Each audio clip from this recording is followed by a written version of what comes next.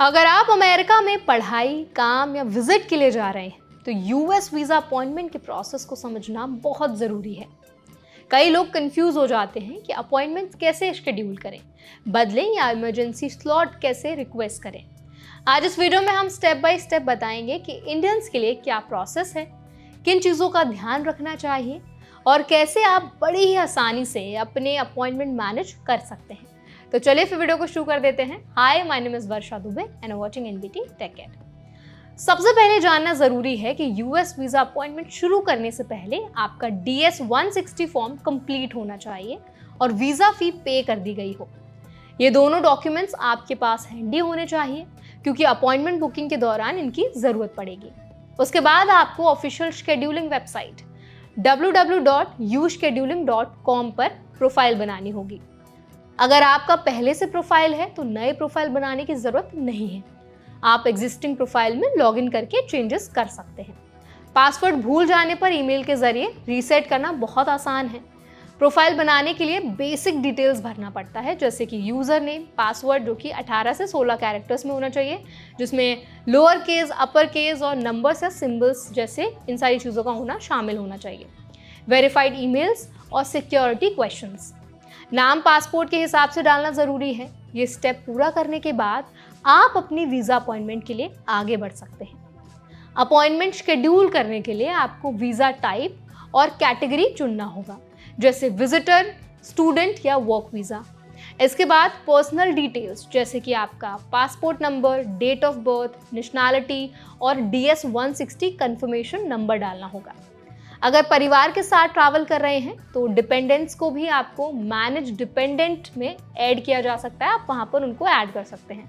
अगर 10 या उससे ज़्यादा लोग हैं तो उसके लिए ग्रुप अपॉइंटमेंट्स के लिए अलग गाइडेंस होते हैं। अपॉइंटमेंट लोकेशन चुनते समय ध्यान दें कि भारत में 5 वीज़ा एप्लीकेशन सेंटर्स हैं और अवेलेबिलिटी अलग अलग हो सकती है, इसीलिए सभी लोकेशंस चेक करना बेहतर रहेगा।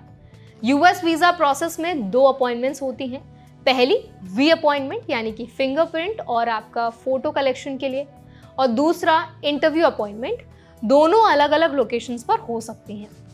रीशेड्यूलिंग या इमरजेंसी अपॉइंटमेंट्स के लिए आपको कुछ खास बातें हैं जिनका ध्यान रखना बहुत ज़्यादा ज़रूरी है।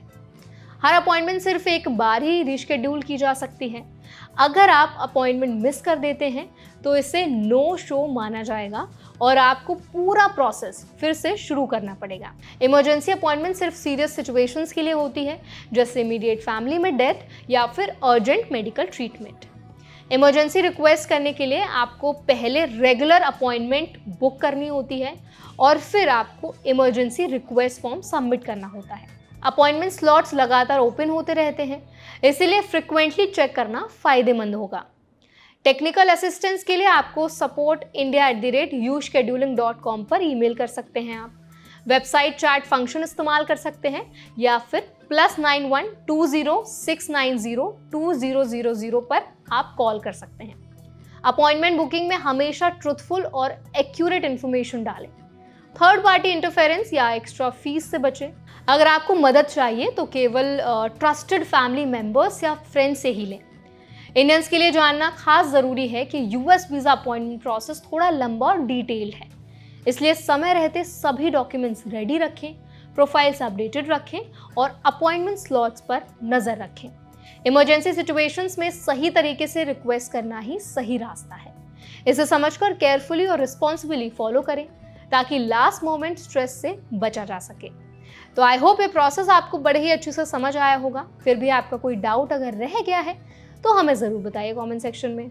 और ऐसे और भी अपडेट्स के लिए, वीडियोस के लिए, इन्फॉर्मेशन के लिए हमारे चैनल एनबीटी टेक एड को ज़रूर सब्सक्राइब करें।